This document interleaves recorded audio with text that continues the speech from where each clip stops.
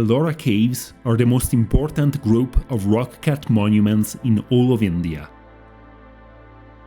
Between the 6th and the 10th century CE, over 34 caves were dug out of the solid basalt rock of the Deccan Plateau. To create this wonder of ancient engineering, an estimated 500,000 to 1 million tons of rock had to be removed, enough to build 4 times the Colosseum in Rome. Other estimates put the total at nearly 6 million tons, the same as the Great Pyramid of Giza. The Ellora Caves are an example of architecture in the negative, for instead of being built by stacking stones on top of each other, they were created by slowly and painstakingly removing rock from the cliff, until only a monolithic core remained. The largest of them all, the Kailasha Temple, is a huge, multi-storied temple complex, 82 meters long by 30 meters high, whose construction alone likely required the removal of over 200,000 tons of stone. Not only are these caves immense in size, but they're also lavishly decorated, with a profusion of sculptures, low-relief carvings and paintings.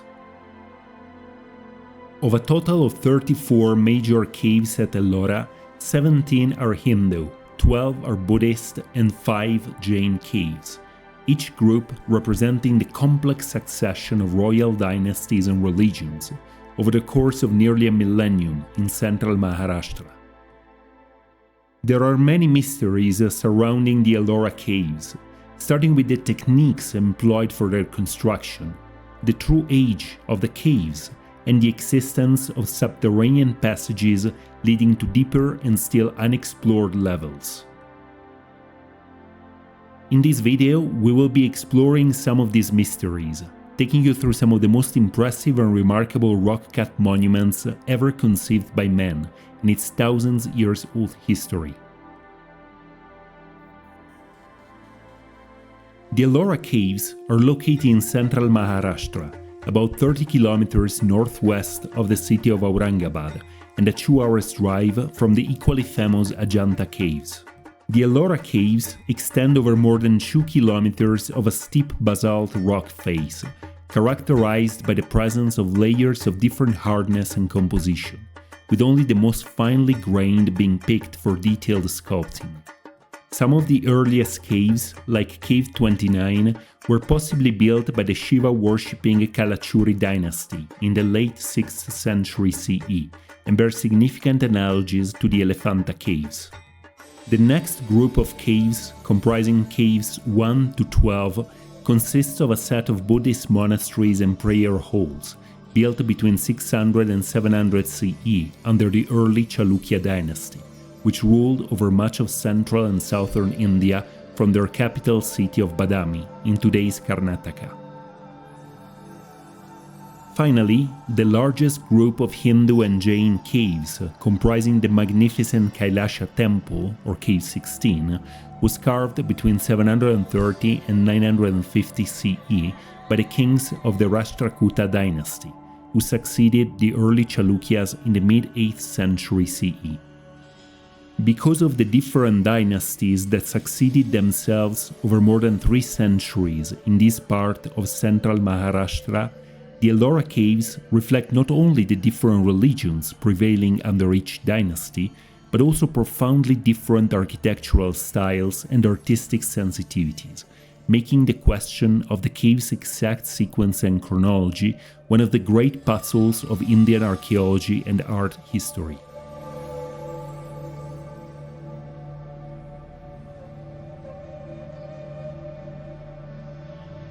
Cave types range from immense pillared halls, like Cave 29, to huge freestanding monolithic structures, like Cave 16's Kailasha Temple, to large Buddhist prayer halls and multi-storied monasteries.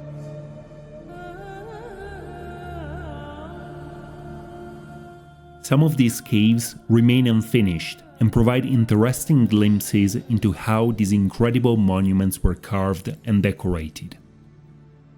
It It was only in the 13th century CE that the Ellora Caves ceased to be an active worship place and pilgrimage destination, after the region came under Islamic rule of the Delhi Sultanate in 1294 CE.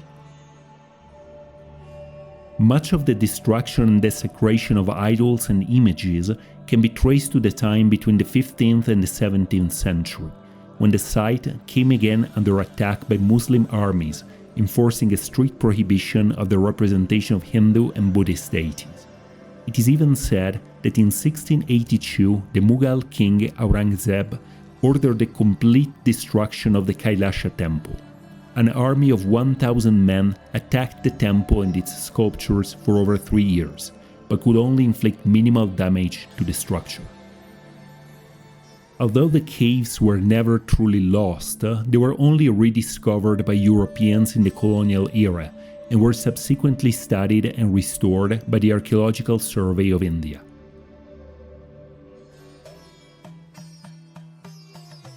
For a long time, archaeologists believed that the earliest of the Ellora Caves were a set of Buddhist excavations at the southern end of the cliff face, numbered 1 to 12. These caves were built between 600 and 730 CE and consist of a total of 11 viharas, or monasteries, and a single Chaitya prayer hall. The caves located farther south were the first to be constructed in the early 7th century CE.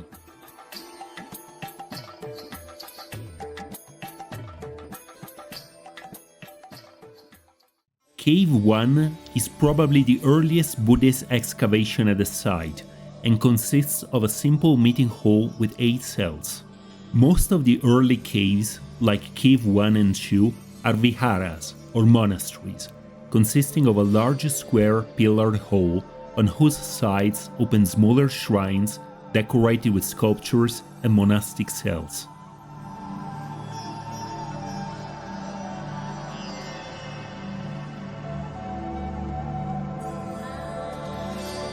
Most of the sculptures that ornate the walls represent Buddhas and Bodhisattvas in meditating poses.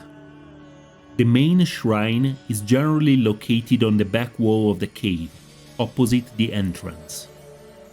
Huge Dvarapala, or guardian sculptures up to 5 meters or 16 feet high, stand on each side of the doorway. Inside the sanctuary is a huge sitting Buddha statue on a lion throne. Caves 3 and 4, located behind a waterfall, have a similar design to Cave 2, but are in poor condition. Cave 3 is mostly remembered for a rather unusual window with 2 elegant colonnades, beyond which opens a relatively plain interior with some badly damaged sculptures. Between Cave 3 and 4 are some ornate rock-cut shrines containing images of the Buddha in a meditating pose, flanked by the Bodhisattvas Padmapani, the protector of the Buddha, and Maitreya. Cave 4 is the best preserved of this group and contains some beautiful Buddhist sculptures that contrast with the otherwise unfinished appearance of this cave. A short flight of steps leads from Cave 4 to Cave 5, located on a higher level of the cliff face. Cave 5 is known as the Maharvada Cave because it was used as a shelter by the Mahar tribe during the monsoon season. This is one of the largest viharas, measuring almost 40 meters deep by 20 wide. The most striking feature of this large monastery is a set of 2 benches running through the entire length of the hall, suggesting that this space may have either served as a communal dining hall or perhaps as a scriptorium, a writing room where manuscripts were copied and illustrated by the monks. 2 rows of 24 pillars, 12 on each side, support the enormous weight of the roof, whereas at the end of the hall and along the side walls open a shrine for the Buddha and 20 smaller cells for the monks.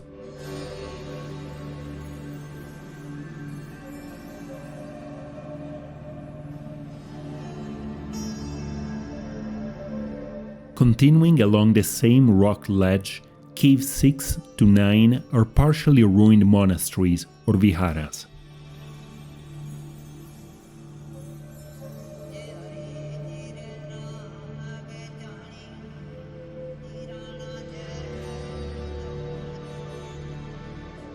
Cave 6 contains some very fine sculptures, including a particularly striking pair depicting Tara, the Buddhist goddess of meditation, to the left of the doorway, and Mahamayuri, goddess of learning, to the right. These sculptures reinforce the possibility that the caves served as places of learning and meditation.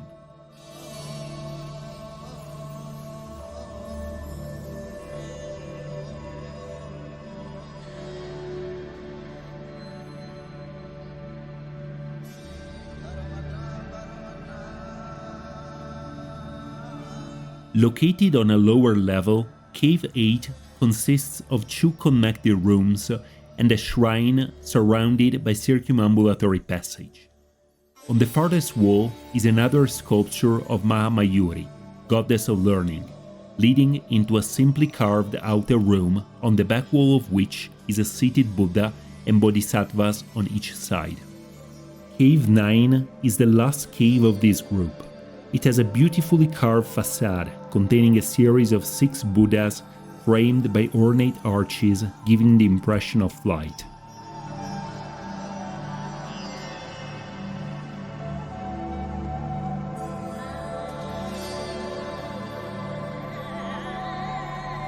The main shrine contains a seated Buddha with the bodhisattvas Padmapani and Vajrapani, protectors and guides of the Buddha, on each side.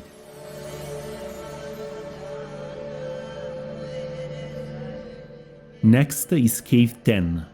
This is one of the most ornate caves at Ellora, and the only Buddhist chaitya, or prayer hall, at the site of this important Buddhist monastery. The cave is also known as Vishvakarma, in honor of the legendary craftsman and architect of the gods. The cave is entered through a gate leading into a spacious courtyard, all carved from the natural rock of the cliff, containing cells on both sides arranged on 2 stories.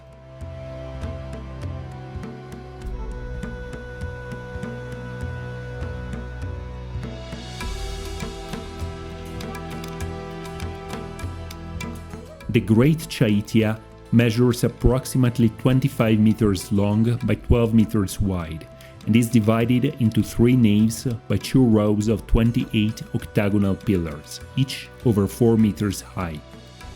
At the end of the nave is a huge monolithic stupa, in the front of which stands a colossal statue of the Buddha, seated in a preaching pose. The roof has beams carved in the rock, imitating a wooden canopy, with even the pins at the joints of the beams reproduced in the hard basalt stone.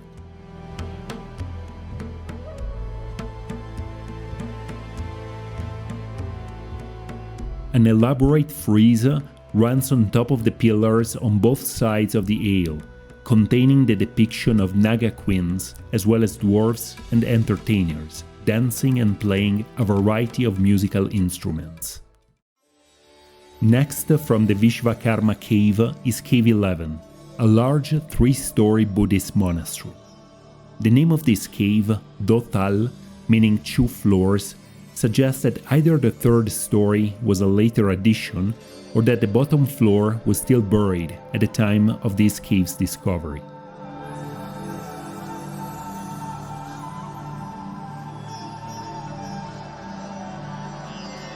The 3 floors are accessed by means of a single stairway and possess a similar layout, consisting of a portico facade with 8 pillars leading to various cells and shrines behind.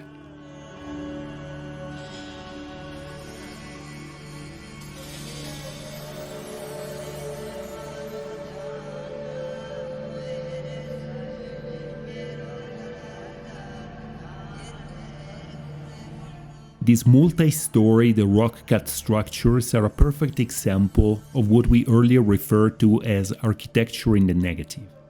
They possess all the characteristics of real buildings, including internal stairways, corridors, windows, and doorways, except that they're not fashioned out of stone blocks or brick, but carved entirely from the rock of the mountain.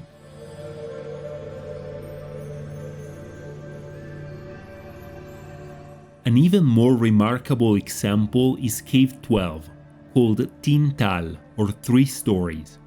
This is a huge rock-cut monastery, perhaps the single largest Buddhist monastery in all of Maharashtra, articulated on 3 levels with a portico facade of simple monolithic pillars.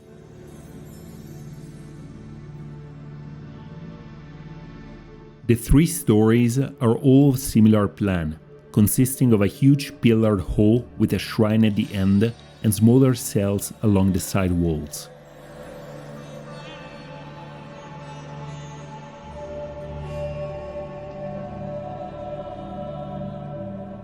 Interior stairways connect the different floors, often leading to small, hidden chambers, beautifully decorated with images of the Buddha and Bodhisattvas in meditating poses.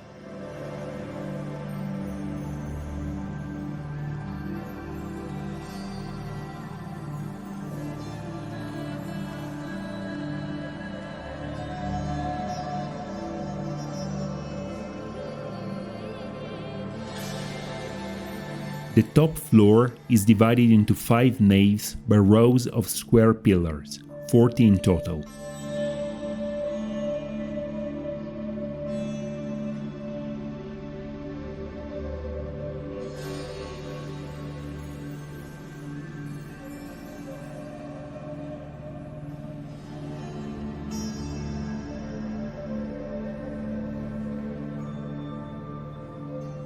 The side walls of the chamber are adorned with images of female deities.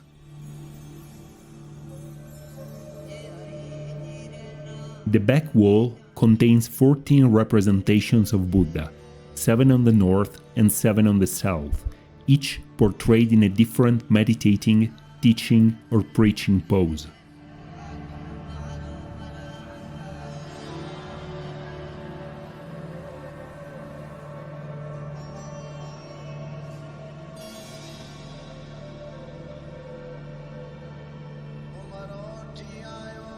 Two colossal guardian sculptures in an unusual crossed arms pose stand guard to the shrine. The shrine itself contains a colossal image of the Buddha, flanked by bodhisattvas and guardian deities, carrying different kinds of weapons. Cave 12 is also the last of the Buddhist caves at Ellora. Caves 13 to 15 are particularly interesting for they seemingly mark the transition from Buddhism to Hinduism, and are nested between the last of the Buddhist caves, Cave 12, and the Great Kailasha Temple, or Cave 16. Caves 13 and 14 are known as Ravan Kikali, and resemble in plan the Buddhist monasteries or viharas of the previous phase of construction at Ellora. It is possible that they originated as Buddhist caves, and were only later converted into Hindu temples. The walls of these caves are decorated with lively carvings, offering a striking contrast with the mostly static and hieratic style of earlier Buddhist sculpture.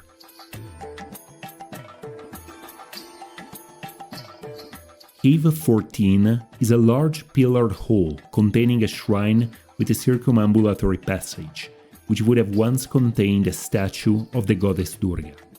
The shrine doorway is guarded by the 2 river goddesses Ganga and Yamuna.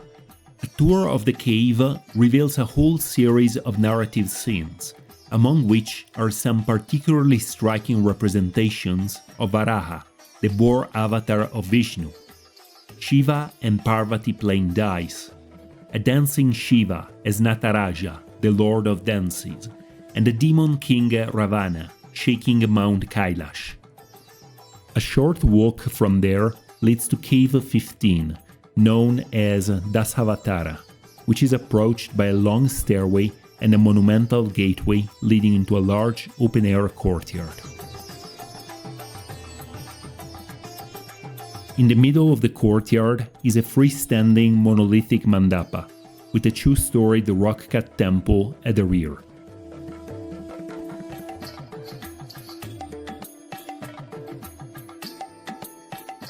Because of its similarity with Buddhist caves, it is possible that this temple also originated as a Buddhist monastery and was only later converted into a Hindu monument, perhaps not longer after its completion.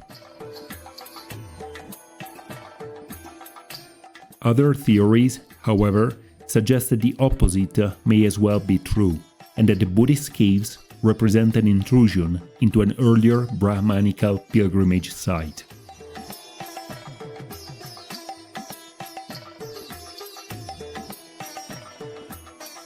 The Hindu temple on the rear of Cave 15 consists of a huge pillared hall on 2 stories, resembling a Buddhist monastery or vihara, but containing Hindu sculptures and decorations on the walls and pillars. The finest of these relief carvings depicts the slaying of the demon Hiranyakashipu at the hands of Narasimha, the man-lion avatar of Vishnu. Other famous reliefs depict Vishnu taking his famous 3 steps, by which he measures the 3 worlds, earth, heaven, and the space between them. The descent of the Ganges, gently flowing down from the sky through Shiva's hair.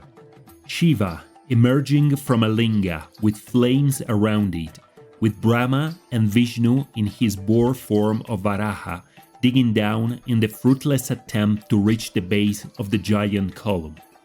And Shiva as Tripurantanka, the destroyer of Tripura according to the Mahabharata, riding his chariot and about to strike the fatal blow with arms stretched.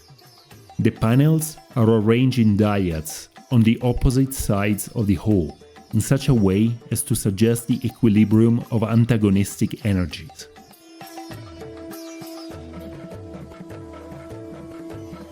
There is also a Nandi statue at the entrance, facing the Linga sanctuary, although this appears to be a later addition.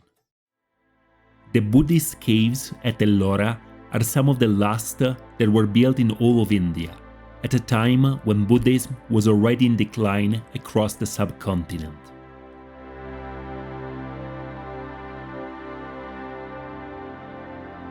Their interest resides more than anything in them marking the transition from Buddhism to Hinduism, with many of the earliest Buddhist monuments and caves being converted into Hindu temples during the late 8th and 9th century CE.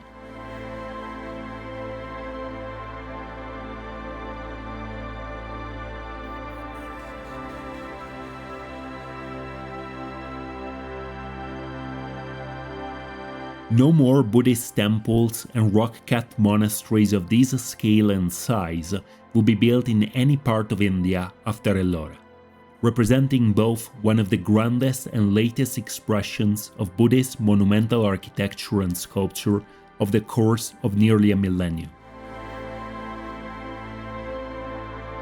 The next phase of construction at Ellora, under the Hindu kings of the Kalachuri and Rashtrakuta dynasties, would see building on an even grander scale, perfecting many of the architectural motifs first introduced in the earlier Buddhist caves and culminating in the gigantic Kailasha Temple.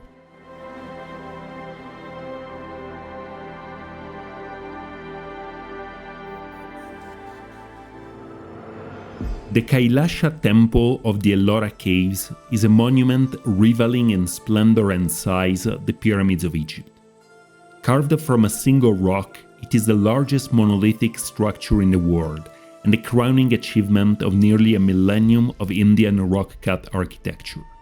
Even its incredibly complex and intricate design pale in front of the fact that it was not built by stacking hundreds of thousands of stone blocks on top of each other, but was all carved from the living bedrock, leaving no room for errors or mistakes. So mysterious is this temple that some speculate it could not have been built with human technology, while others suggest that its construction dates back not centuries, but thousands of years ago.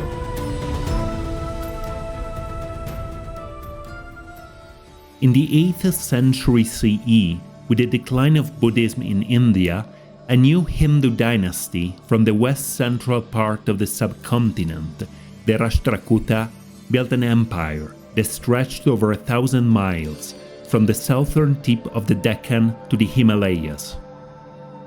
Under kings like Dantidurga, the founder of the dynasty, Krishna I and Govinda III, the Rashtrakuta created one of the largest empires to ever rule over the Indian subcontinent since the times of the Maurya Empire of Ashoka the Great, nearly a millennium before. It is not known why the Rashtrakuta kings chose Ellora, a site located far from the heart of their empire and of no strategic or political importance, for one of their greatest architectural achievements and construction projects, one that would take over 100,000 men and 18 years to complete. The Kailasha Temple is without a doubt the masterpiece of the Ellora Caves and the greatest monolithic rock-cut structure in the world. Its construction is generally attributed to the king Krishna I, who reigned from 756 to 773 CE, although very little is known about this temple's early history and construction. Carved out entirely from the living bedrock of the Deccan Plateau, the Kailasha Temple stands as an unparalleled feat of human genius and monolithic architecture. An estimated 250,000 to 500,000 tons of basalt had to be painstakingly removed to carve this gigantic temple, built as a representation of Mount Kailash, the abode of Shiva in the Himalayas. The temple architecture appears to be a combination of different North and South Indian styles, and includes a massive, almost pyramidal tower, representing the snow-capped peaks of Mount Kailash, abode of the god Shiva.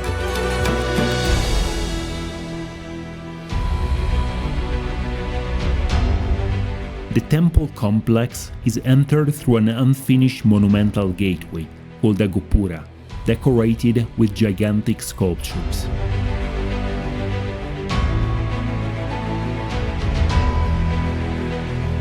That leads into a spacious courtyard, also cut from the living rock, measuring an enormous 82 meters or 270 feet long by 46 meters or 150 feet wide, in the center of which stands the giant temple.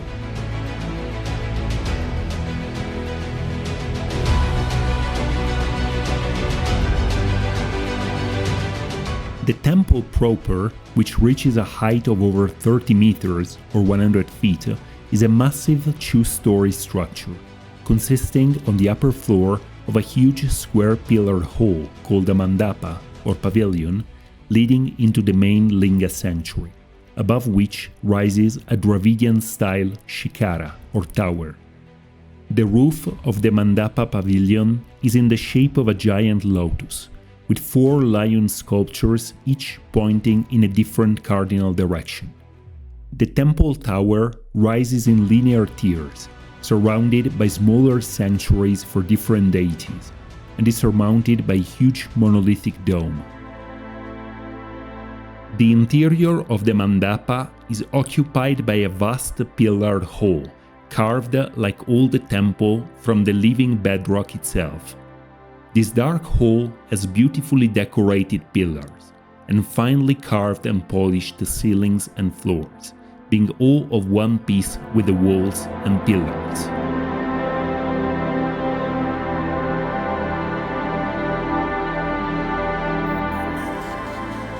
At the far end of the hall opens the Linga shrine, containing a huge monolithic Shiva lingam, resting on a circular drum provided with a channel to drain the liquids poured onto it. Right outside, facing the mandapa and the Linga shrine, is a smaller pavilion, also cut from the living bedrock, containing a statue of the Nandi bull, the vehicle of Shiva. This small ornate pavilion has 4 doors oriented towards the cardinal directions, and is connected by means of a suspended rock bridge to the entrance gopura on the second floor.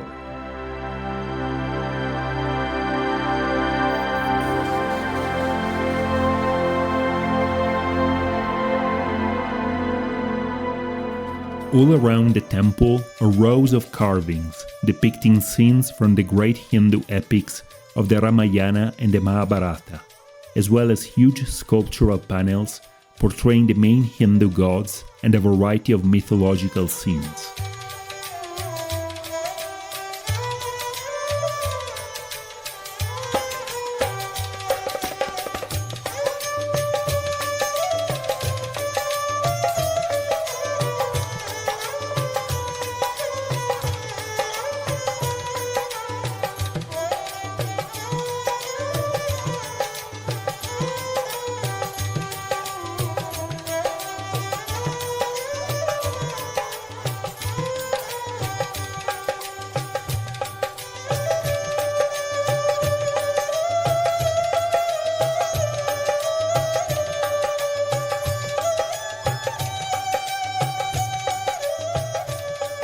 The temple itself stands on a huge monolithic plinth or platform, from which emerge rows of huge life-size elephant sculptures, which appear to be holding the whole structure aloft.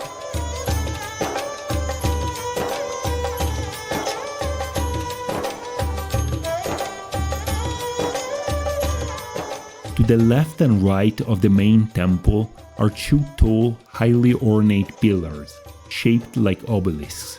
They would have once held lamps on top.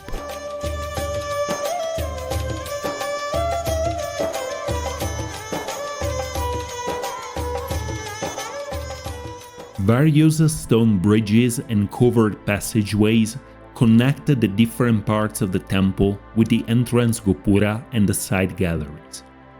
Carved out of the same living rock of the cliff, these dark passageways are quite rough and unfinished, and seem to have served more of a functional than any ceremonial or aesthetic purpose.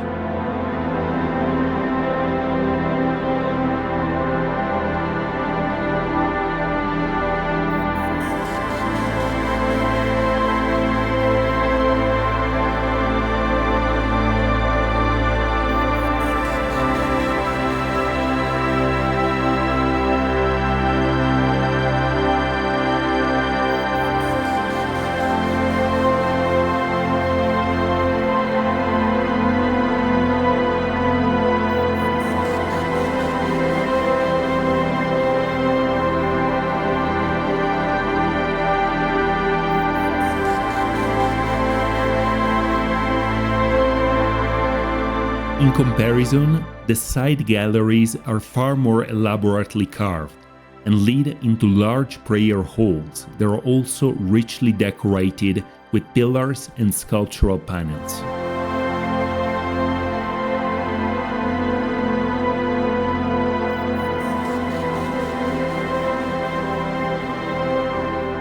The Kailasha Temple may be rightfully considered as the crowning achievement of Indian rock-cut architecture, and possibly the greatest monolithic structure in the world. Even today, it is hard to imagine how many thousands of men and how many years would have been spent for its construction. Evidence shows that the temple was carved from the top down, by first creating a giant trench around a single stone block from which all the different parts of the temple were carved.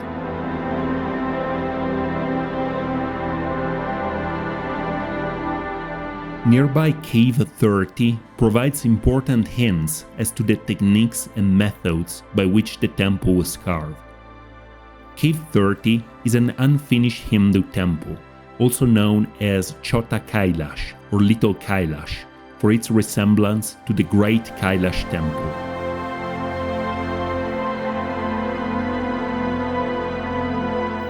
This cave was built probably a century or two later, and appears to be but a crude and unfinished imitation of its predecessor. It is nevertheless interesting, for it shows how the rock was removed by excavating downward until only a single megalithic block remained. Huge square or rectangular lumps of rock were removed, perhaps with the use of wedges or fire, a technique that was also clearly applied for excavating nearby Cave 31, another abandoned excavation. These far smaller and cruder excavations, in their unfinished state, show just how exceptional the Kailasha Temple is among all Indian rock-cut architectures, both in size and sculptural decoration.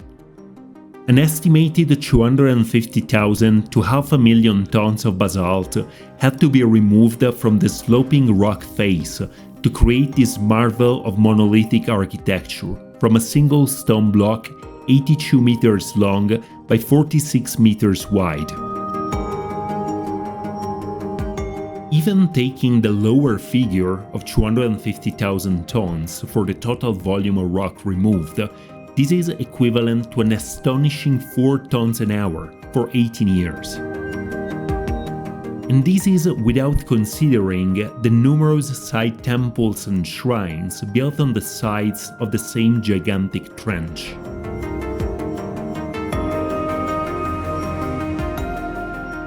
According to a popular medieval Marathi legend, the temple was built in a week's time with the help of the god Shiva. A local queen prayed the god Shiva to restore the king's health, promising to construct a grand temple if her wish was granted, and to fast until the temple was completed. Worried about his queen, the king, whose health had been restored, called all the best architects in the realm, but all considered the task impossible. Only one architect, by the name of Kokasa, took the challenge, and with the help of Shiva was able to finish the temple within a week, by carving a giant rock, thus releasing the queen from her fast.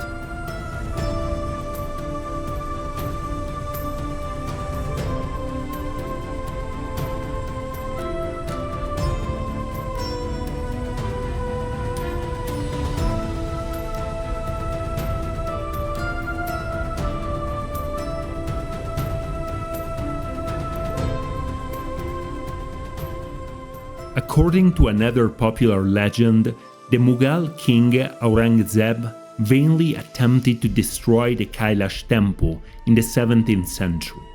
1,000 men attacked the temple with fire and pickaxes for 3 years, but could only do minimal damage to the structure and to its sculptures. If 1,000 men could not leave but the faintest scars on the temple's walls, we may only speculate at what tools were used to carve and sculpture this gigantic structure from the most untreatable basalt in such elegant and delicate forms. No evidence of the tools used has been found, yet it is obvious that even the hardest bronze and iron tools would have quickly worn out and be consistently replaced. If stone tools were used, where are the hammers and pounders that one would expect to find by the thousands or tens of thousands all over the site? And this is not to speak of what is perhaps the greatest mystery of all. What happened to the hundreds of thousands of tons of basalt that were removed for carving these wonders and hollowing out these gigantic caves from the living rock? If a volume of stone equivalent to the Pyramid of Menkaure at Giza was removed for the construction of the Kailasha Temple alone, where did all that stone go? Certainly, such a gigantic pile would not have gone unnoticed, yet it is as if over 250,000 tons of rock, and this is only including the Kailasha Temple alone, simply vanished into thin air. The construction of this veritable wonder of the world is generally attributed to the 8th century Rashtrakuta king Krishna I, who reigned between 756 and 773 CE. Yet in spite of all the profusion of carvings and decorations, the temple is almost entirely devoid of inscriptions that may shed some light on the great mystery of its age. The temple, combining so many different architectural and sculptural styles, in addition to its immense size, has led many historians to believe that its construction spanned the reign of more than one king, each expanding the temple and adding their own carvings and decorations. Yet it is strange that no king would seemingly claim credit for the construction or completion of what is arguably one of the greatest structures ever built in the whole thousands-years-old history of India. Just like the pyramids of Egypt, this great monument lacks inscriptions that could point to the identity of its builders, but stands instead as a silent witness to the advanced science of a long-lost and bygone age.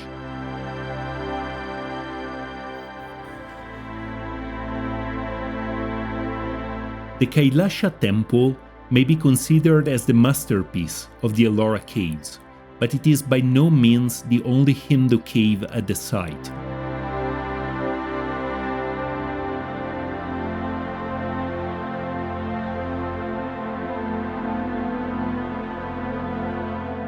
Thirteen more Hindu caves were carved in the cliff face to the north of the Kailasha Temple, numbered 17 to 29. Cave 29, located at the northernmost edge of the cliff, may well be the earliest Hindu cave built at Ellora, dating perhaps from the mid-5th or early 6th century CE.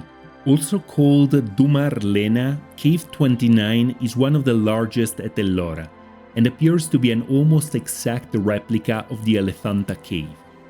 Cave 29, however, surpasses the Elephanta Cave in size and in the quality of its ornamentation, so that no consensus exists as to which came first, Elephanta or Ellora. The floor plan of Cave 29 is identical to that of the Great Cave of Elephanta, having the same 3 separate openings towards the cardinal directions. The enormous pillared hall is in the shape of a cross, 50 meters or 150 feet deep by 80 meters or 250 feet wide. Dozens of massive monolithic pillars with cushioned capitals support the roof, dividing the space into 5 naves. Large sculptures decorate the walls at the end of the naves. These include a stunning depiction of the demon king Ravana shaking Mount Kailash, being one of the favorite subjects portrayed in the Ellora Caves. The wedding of Shiva and Parvati, accompanied by a 3-headed Brahma, acting as a priest and kneeling before the sacrificial fire. And Shiva in his destructive form of Andakasuravada, slaying the king of the demons, Andaka, by piercing him with a spear. These carvings are of exceptional artistic quality and may be ranked among the finest examples of Hindu art of all times. The main shrine is a square room with 4 doorways aligned to the cardinal directions, each guarded by a pair of gigantic Dvarapalas.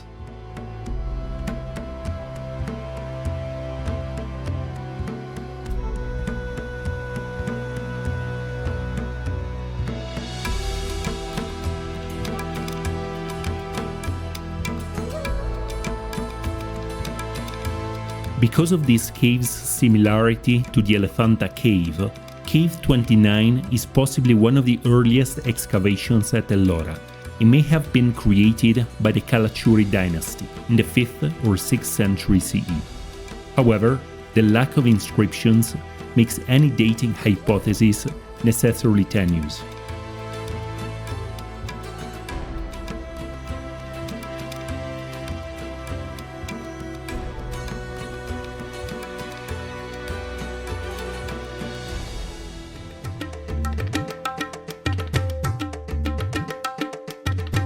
A steep trail leads down from Cave 29 towards the ravine, which forms here a spacious bay occupied by a waterfall during the monsoon season.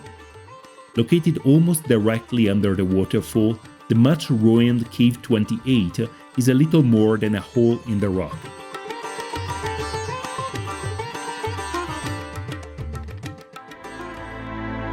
Cave 27, located on the other side of the ravine, is another simple cave, yet spectacularly located on a narrow ledge with a view of the waterfall during the monsoon season. Farther along, Cave 26 has Elephanta-style columns with cushioned capitals.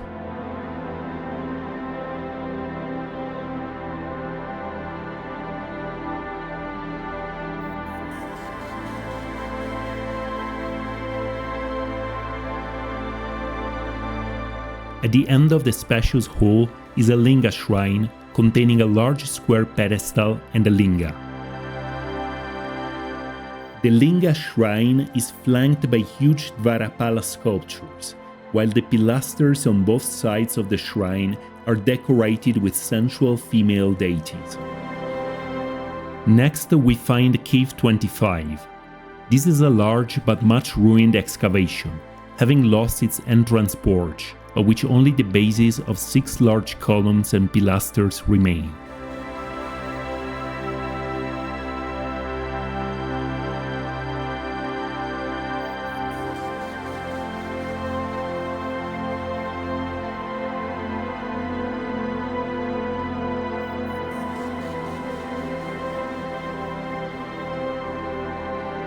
Continuing south, one reaches Cave 24, a series of 5 low cells, popularly known as Teli Kagana, or the oilman's mill, perhaps because an oil press had been installed in this cave long after it ceased to serve as a temple. A little farther along, a monumental, although much ruined gateway leads into the courtyard of Cave 22, whose most notable feature is the square Nandi pavilion placed directly in front of it.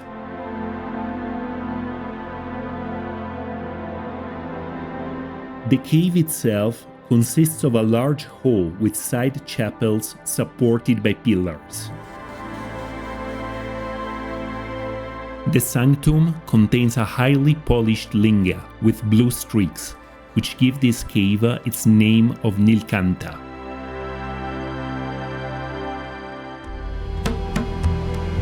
Continuing south, Cave 21 is the next important Brahmanic cave. Also known as Rameshvara, it is preceded by a large courtyard with a tall monolithic platform with a couching Nandi. The capitals of the veranda are exceptionally ornate with sensual female figures, standing under foliage and accompanied by diminutive attendant dwarfs. The large hall behind contains several shrines or chapels, decorated with sculptures and beautiful relief carvings. To the left of the entrance, these include a particularly striking representation of the demon king Ravana shaking Mount Kailash, with Shiva and Parvati sitting on top. The chapel on the north side contains a representation of Durga slaying the buffalo demon Mahisashura Mardini.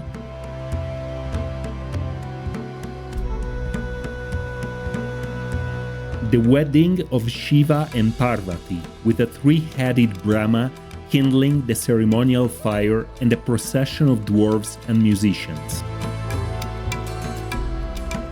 And the tall 4-armed Skanda, the son of Shiva and Parvati, here portrayed as a warrior god with a youthful appearance, holding a large bird by the neck and flanked by 2 enigmatic ram-headed figures. A similar chapel on the south side contains even more striking sculptural representation.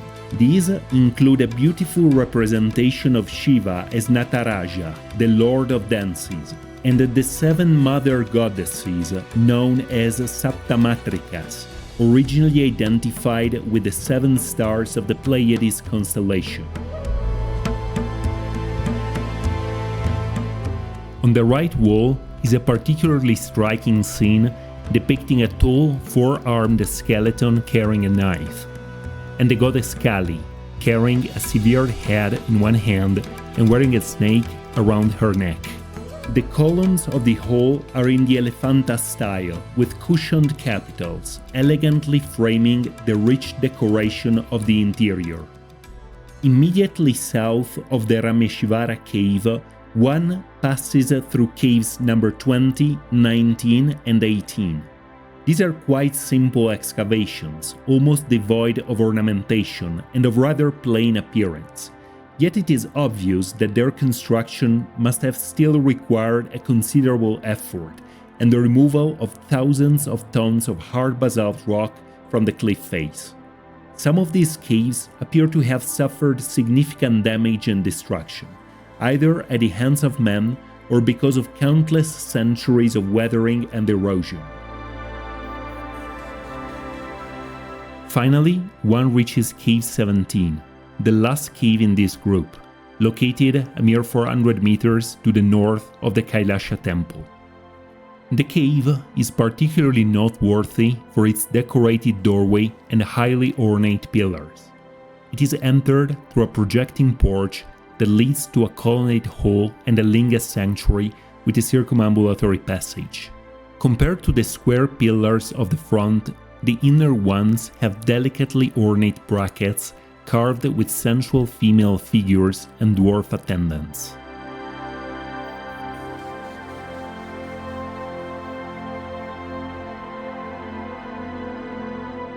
The shrine door is elegantly sculptured with colossal guardian statues, or dvarapalas, on each side of the entrance. After Cave 17, only one more Hindu cave will be carved out to the north of the site. Cave 30, or Little Kailash, shows evidence of having been started as a Hindu temple, quite possibly a late, crude copy of the Great Kailash Temple, but remained unfinished and was only later converted into a Jain temple. This cave, together with caves 31 to 34, belongs to the last group of caves at Ellora, which were carved towards the end of the 9th century or the beginning of the 10th century CE to honor the religion of Jainism.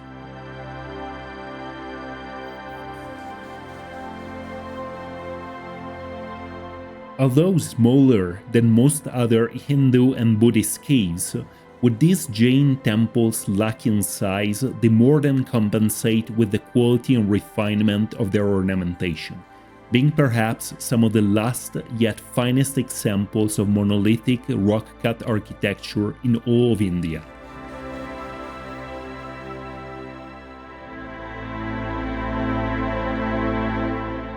The Jain caves comprise the last great group of caves at Ellora.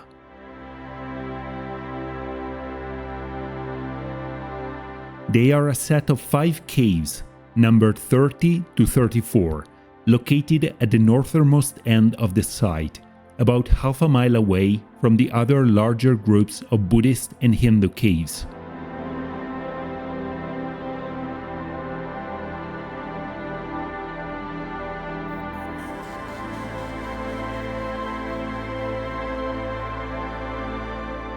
These caves, whose decoration dates perhaps to the late 9th or early 10th century AD, are dedicated to Jainism, one of the 3 great religions of India, all of which are represented at Ellora in a profusion of cave temples, sculptures, and relief carvings. Cave 30 is the first of the Jain caves, and may have originated as a Hindu temple under the Rashtrakuta dynasty, in the latter part of the 10th century AD.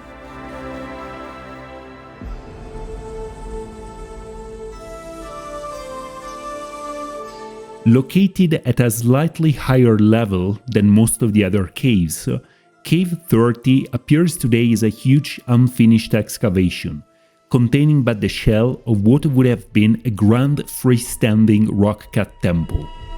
Because of its similarity to the Great Kailasha Temple, but owing to its smaller size and unfinished state, this cave is commonly known as Chota Kailash, meaning the Little Kailash. Like the Great Kailash Temple, it is entered through a low rock-cut gopura, leading into a portico in front of the temple proper. A large, open-air courtyard surrounds the temple on all sides, although here the work is unfinished and comparatively very crude. The pit measures less than half that of the Great Kailash Temple, at about 40 meters or 130 feet long by 25 meters or 80 feet wide, with two rather crude and unfinished excavations on both sides. The temple itself has a square mandapa, supported by 16 massive monolithic pillars. The sanctum is empty, except for a pedestal that would have once supported a lingam. Most of the sculptures appear to be dedicated to the cult of Indra rather than of Shiva, and include representations of dancers and musicians. The temple may thus have been conceived as a representation of the celestial paradise, filled with a variety of heroes and heavenly beings.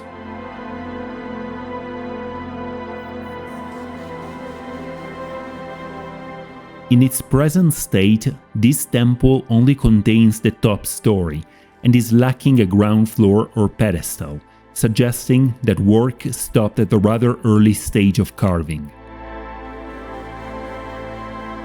Perhaps owing to its unfinished state, however, it allows us to better understand how these huge rock-cut monuments were carved from the top down, by cutting deep trenches on the sides until only a central monolithic plinth remained. It is possible that Cave 30 was started as a Hindu temple but remained unfinished and was later redecorated and repurposed as a Jain temple. Following the same trail from Cave 30, one reaches the next group of Jain caves. Cave 31 is another unfinished excavation. A narrow rock-cut path leads to a large open-air courtyard, on whose eastern side opens a beautifully carved and decorated four-pillared entrance porch.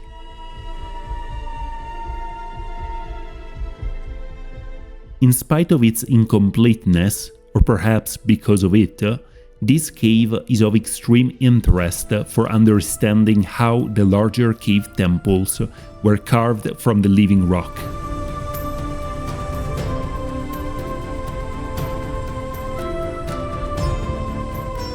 All around the temple and in the courtyard may be seen the tool marks left by axes and chisels, and large rectangular depressions from which the rock was removed, perhaps with the use of wedges.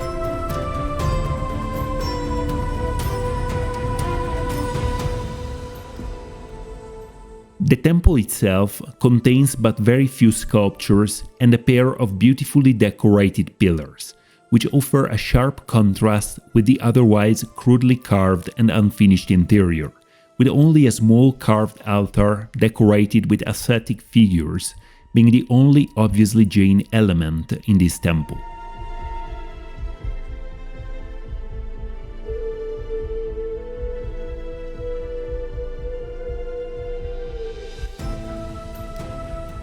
A little farther along, a set of three more caves, numbered 32 through 35, open at the northernmost end of the cliff.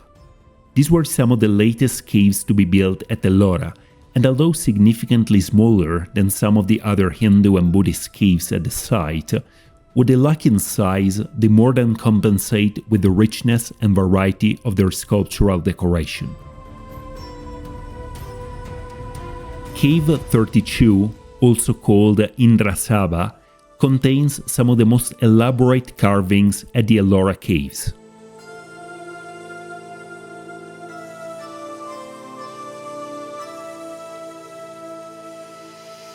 Rather than a single cave, this appears to be a set of interconnected excavations, lacking a precise plan.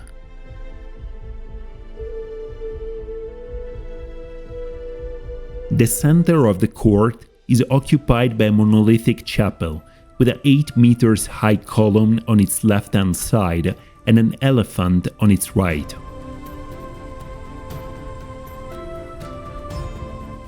Large pillared halls framed by elegant verandas open on each side of the court. Making this cave's floor plan even more confusing, the halls on the second floor may be entered also through nearby Cave 33.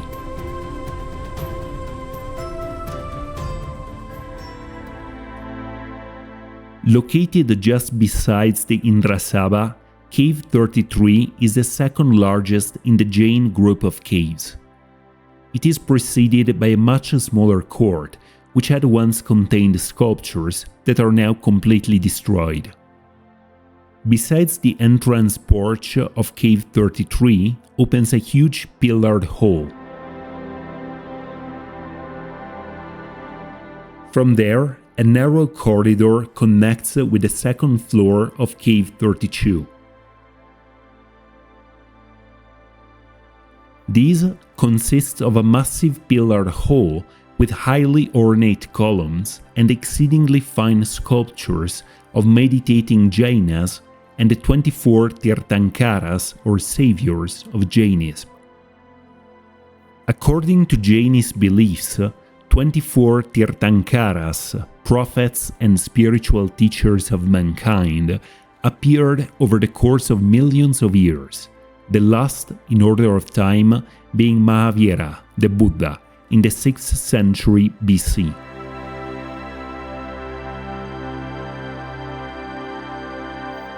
Numerous other carvings adorn this temple, including a colossal image of Matanga, the Jain god of prosperity, and the mother goddess Ambika, sitting on her lion under the mango tree.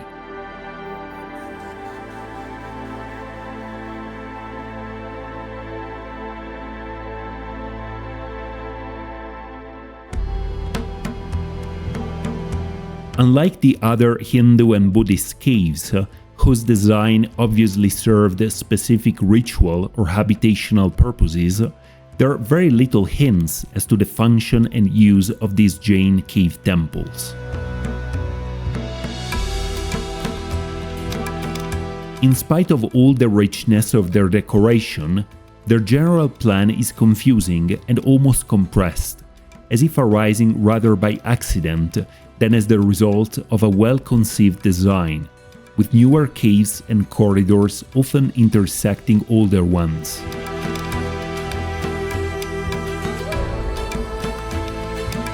It is quite possible that these caves, like so many others at the site, may have originated in an antiquity far more remote and were only converted and adapted to the religion of Jainism at a much later time.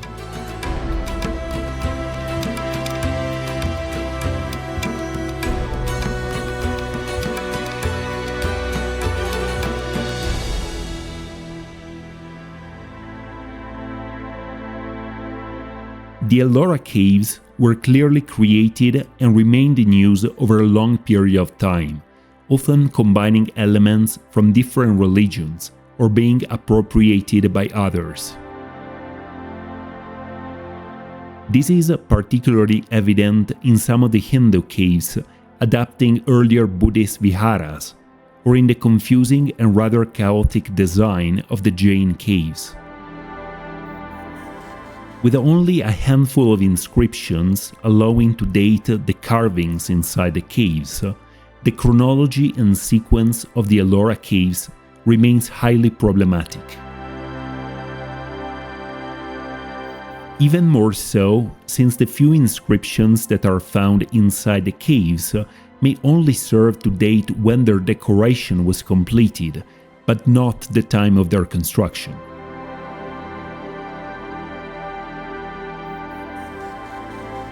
The available evidence suggests that many earlier sculptures were either recarved or completely removed when a new religion took over a certain cave, making it all but impossible to determine when the caves were first carved or by whom.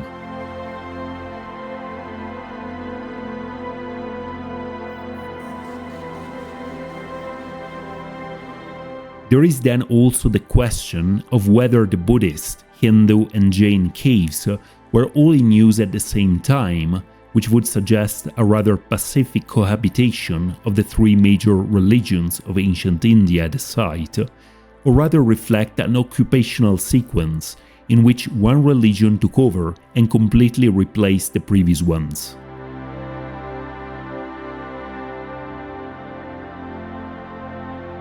Many legends circulate on the possibility that a vast subterranean city extends far below the caves that are known to the thousands of tourists who visit Ellora every day. The accesses to these hidden caves are either blocked or too narrow to allow even the passage of a small child. The legends seem to find confirmation in the numerous unexplained holes and ventilation shafts that may be seen in some of the caves, reaching down to some unknown depths, and in the extremely narrow tunnels that from the lower levels of the Ellora Caves appear to stretch far into the darkness, without any visible outlet nor the least hint as to how these tiny passages could have been carved in the hard basalt rock, where not even a child would fit. But perhaps the greatest mystery of all remains that of how the larger caves were carved, and what happened to the hundreds of thousands of tons of rock that were removed in the process.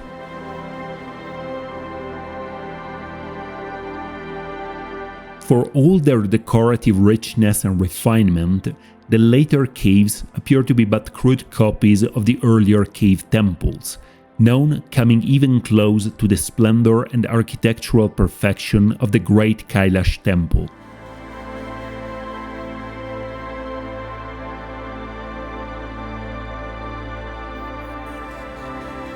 The Kailasha Temple remains an unsurpassed achievement of megalithic engineering, the secrets of its construction being all but forgotten in the following centuries. No more rock-cut temples would be built after the 9th and early 10th century AD, a fact that may only be partially attributed to the rise of Islam and the Muslim conquest of large parts of northern and southern India.